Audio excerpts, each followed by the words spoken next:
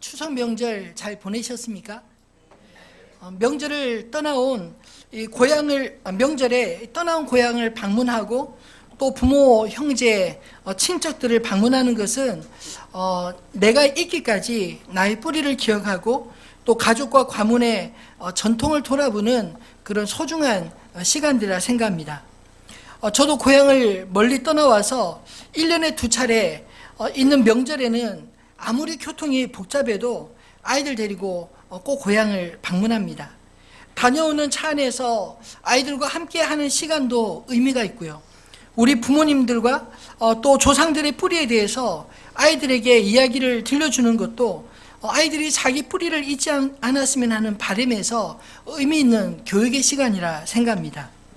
오늘 우리가 읽은 이 본문의 이야기는 예루살렘 성벽에 참여한 사람들의 이름들과 그들이 공사한 위치를 기록한 말씀들입니다.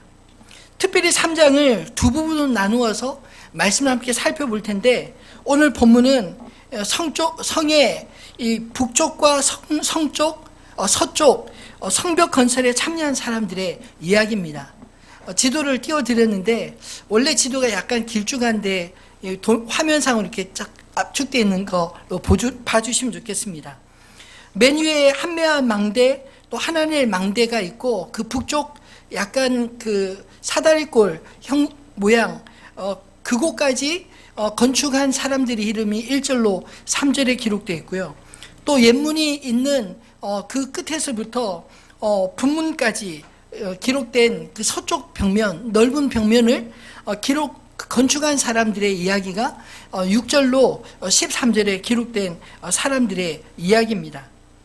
느헤미야 시대의 이 예루살렘 성벽은 사실 맨 위쪽 양문으로부터 어문까지 이 북쪽 그 성벽과 또 두 개의 망대는 그 당시에 적의 공격을 가장 많이 받았던 위험한 곳이었습니다. 근데 그곳을 대제사장들과 제사장들로부터 시작해서 드고아 사람들에 의해 건축하고 그리고 성별하였다, 하나님 앞에 봉헌하였다라고 기록되어 있습니다. 뿐만 아니라 이 서쪽 성벽은 옛문, 가장 오래된 출입문으로부터 골짜기 문까지 성벽으로 지금도 일부 남아있는 통곡의 벽, 그 통곡의 벽이 이쪽 서쪽 벽에 있습니다.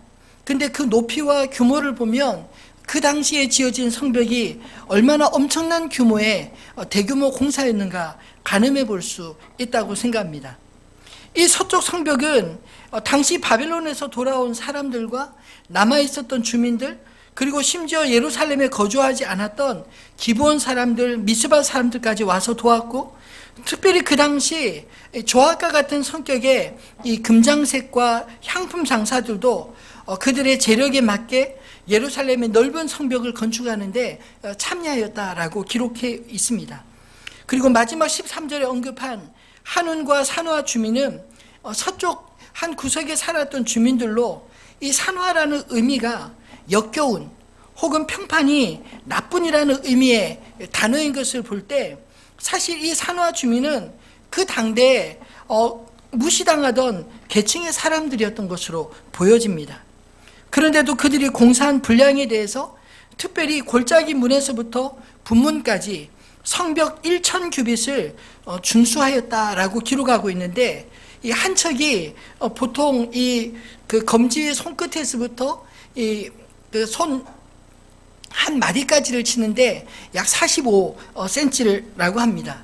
그러니까 이 1000척이라는 것은 무려 450m 정도의 아주 긴 거리의 성벽을 이 무시당했던 산화 주민들이 그것을 힘써 일궜다라고 기록하고 있습니다.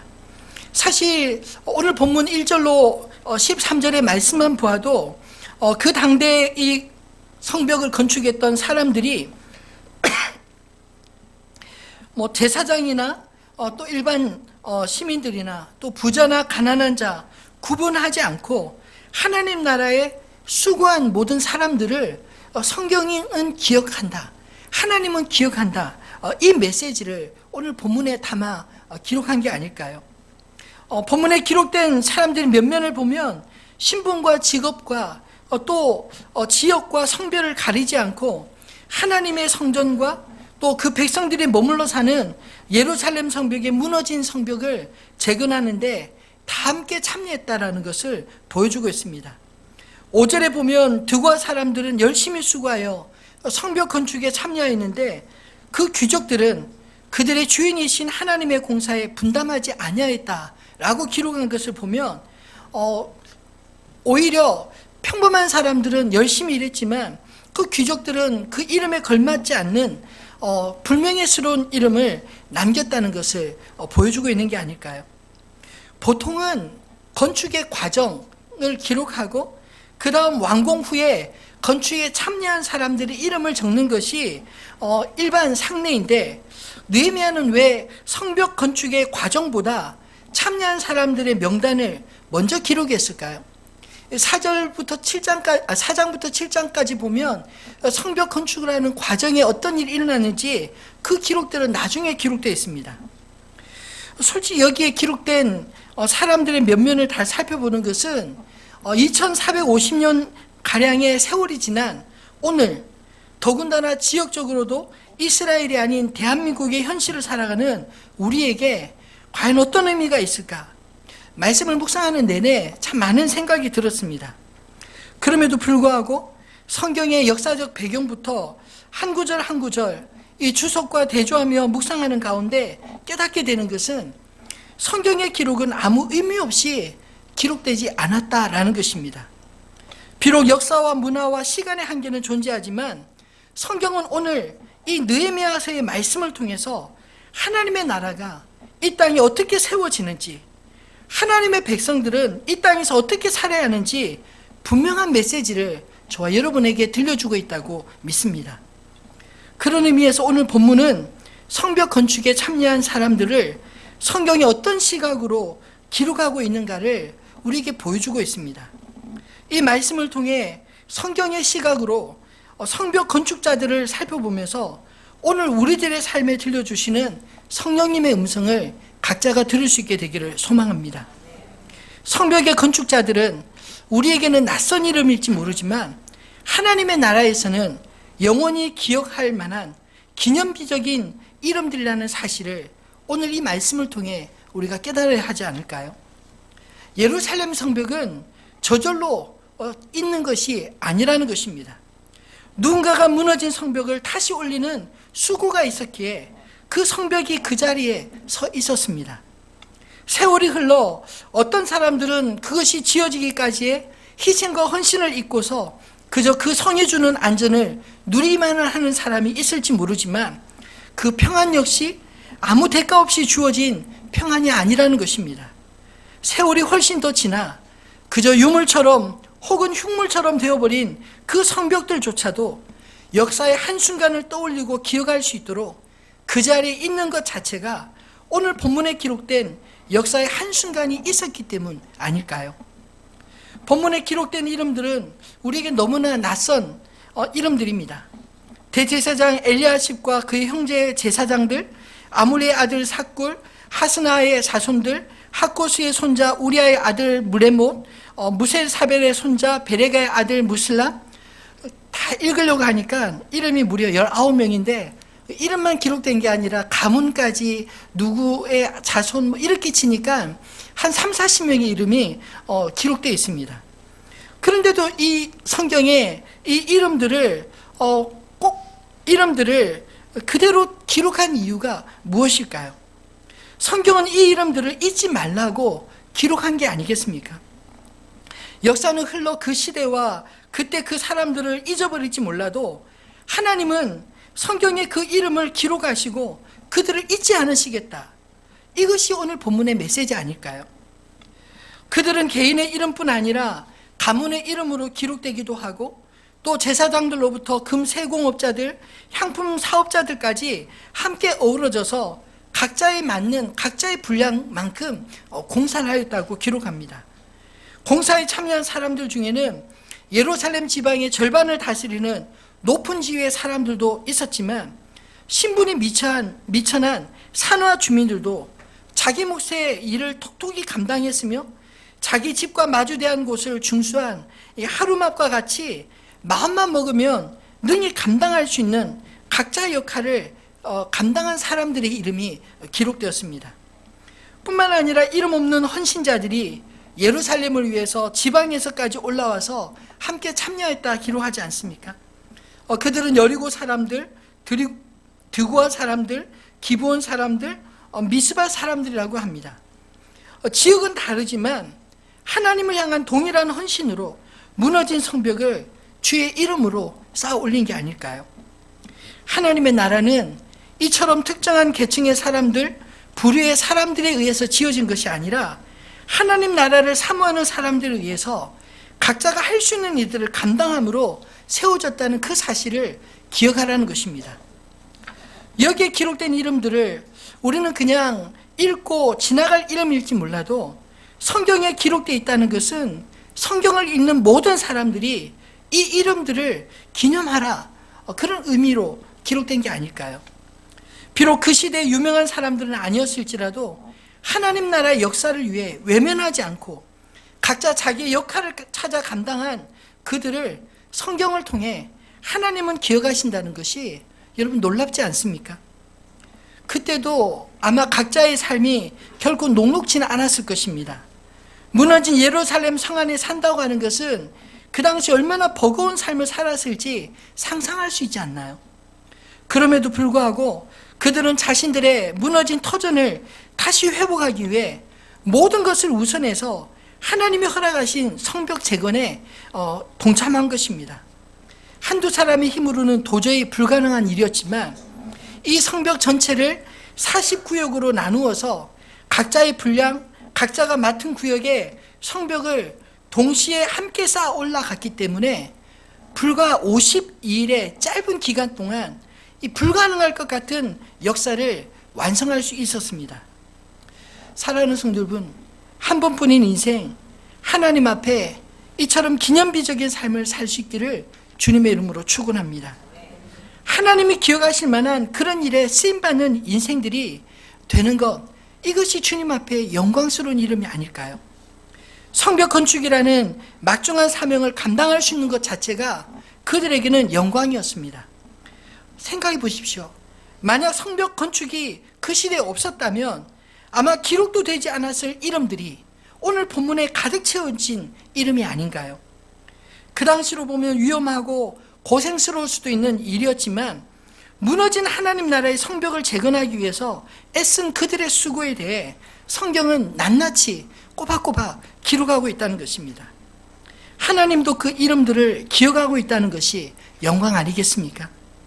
5절의 드고아 귀족들처럼 불명예스러운 이름을 남기지 말기를 바랍니다.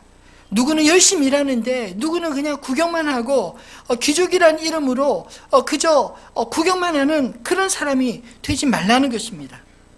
하나님의 나라는 신분에 의해서 세워지는 나라가 아니라 헌신에 의해서 세워지는 나라입니다. 그 당시 귀족들은 이 땅에서 이 명예로운 이름들을 가졌을지 모르나 오늘 본문 속에서는 그 이름이 드고아 소시민만 못한 이름으로 여겨지고 있지 않나요? 자리는 그에 걸맞는 사명을 감당함으로 빛나는 것입니다. 그렇지 못하면 오히려 부끄러운 이름으로 남을 뿐입니다. 두 번째로 성경에 기록된 성벽의 건축자들은 하나님 나라를 이어가는 사람들이었습니다. 오늘 본문에 가장 많이 기록된 단어는 건축하다 5번, 중수하다 15번.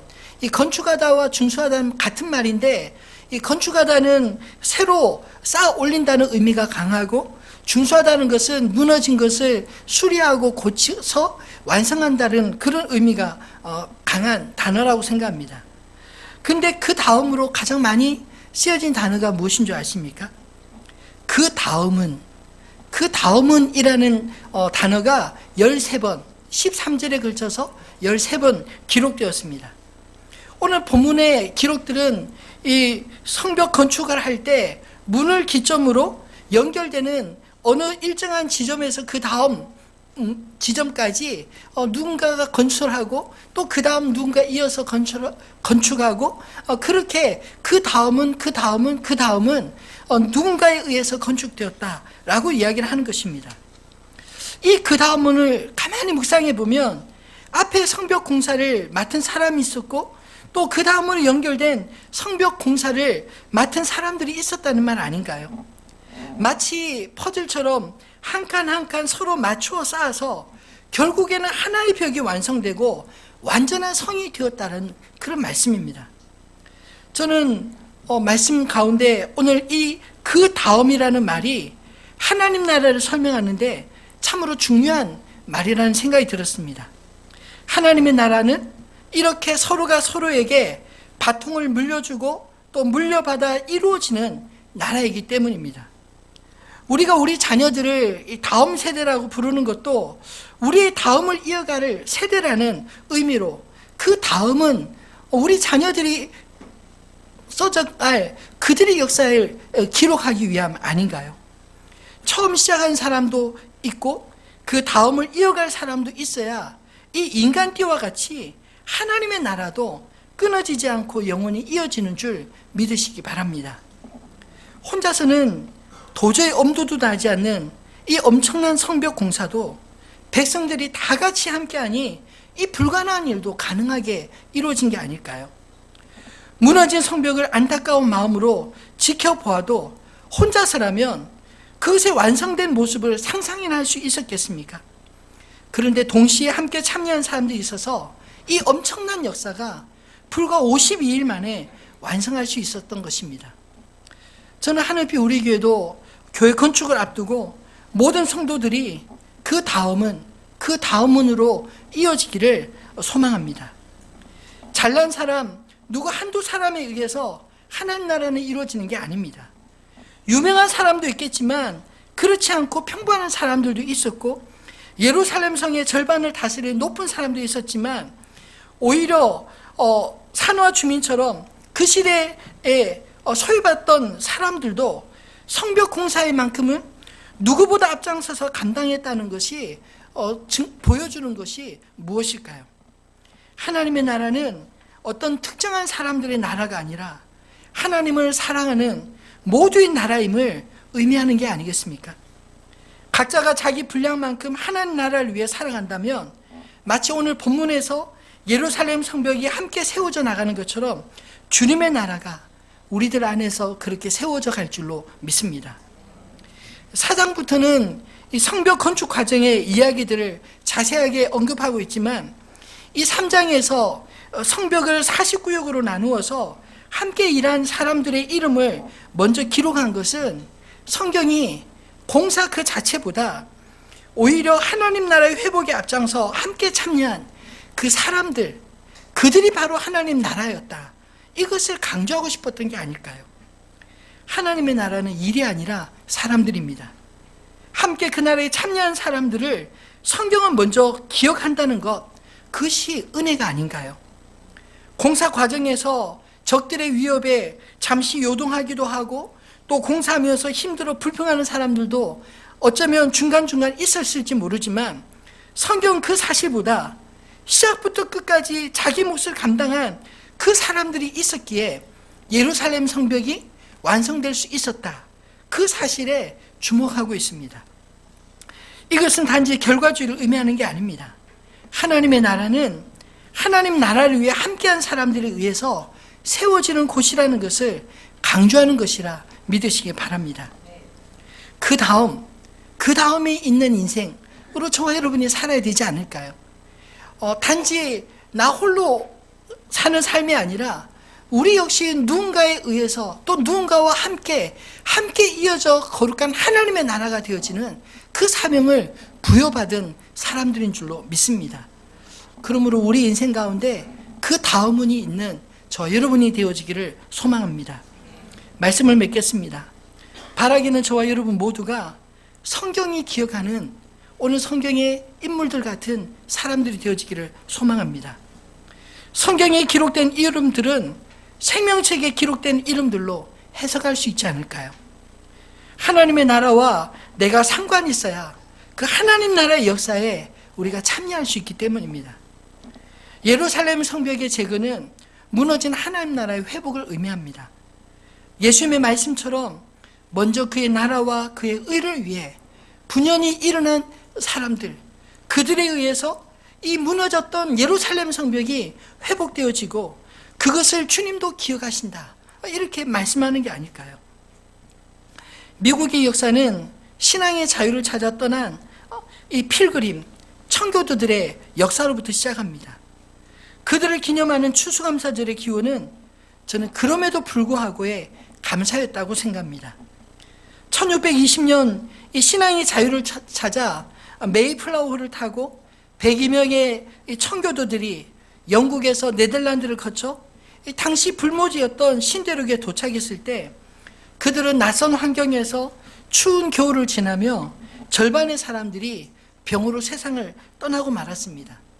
그리고 이듬해 봄에 영국으로 돌아가는 메이플라워를 다시 탄 사람들은 단 한 명도 없었다고 합니다. 그들은 낯선 그 땅에서 자기들의 집보다 교회와 학교를 먼저 세우고 그 땅에서 하나님 나라를 꿈꾸며 기도했을 때 그들 당대는 다 보지 못했지만 그 기도가 오늘날 미국의 자유와 번영의 기초가 된 것은 모두가 인정하는 역사가 아닌가요? 저는 우리 교회 건축을 앞두고 이 거대한 역사를 어떻게 이룰 수 있을까 생각만 해도 아찔합니다. 그런데 오늘 말씀을 묵상하면서 희망을 보았습니다. 여기 모인 한 사람 한 사람이 주님 앞에 인간 띠를 이루어 그 다음의 헌신을 함께 하기 시작할 때 불가능은 없으리라는 생각이 들었기 때문입니다. 여러분, 성경을 읽을 때 단순히 기록된 글씨만 읽으면 이 말씀은 아무런 생명력도 또 나와도 아무런 상관없는 남의 이야기처럼 들립니다. 그런데 상상력을 가지고 그 말씀이 기록된 시대를 거슬러 올라가 보면 나와 다를 바는 없는 평범한 사람들이 인간 띠를 이루어 각자 자기 앞에 무너진 성벽 앞에서 이 성벽을 다시 쌓고 수리하며 고쳐나가는 그 모습들이 그려지지 않나요?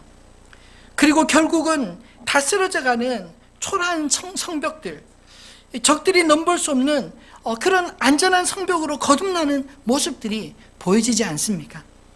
누군가는 돌을 나누고 누군가는 그 돌을 쌓아 올리고 누군가는 적들의 위협과 공격에 맞서서 보초를 쓰고 또 누군가는 일꾼들의 밥을 지으며 그 앞에서 아이들이 놀며 어른들이 일하는 그 모습을 지켜보는 그 모습들이 여러분 마음에 그려지지 않으십니까?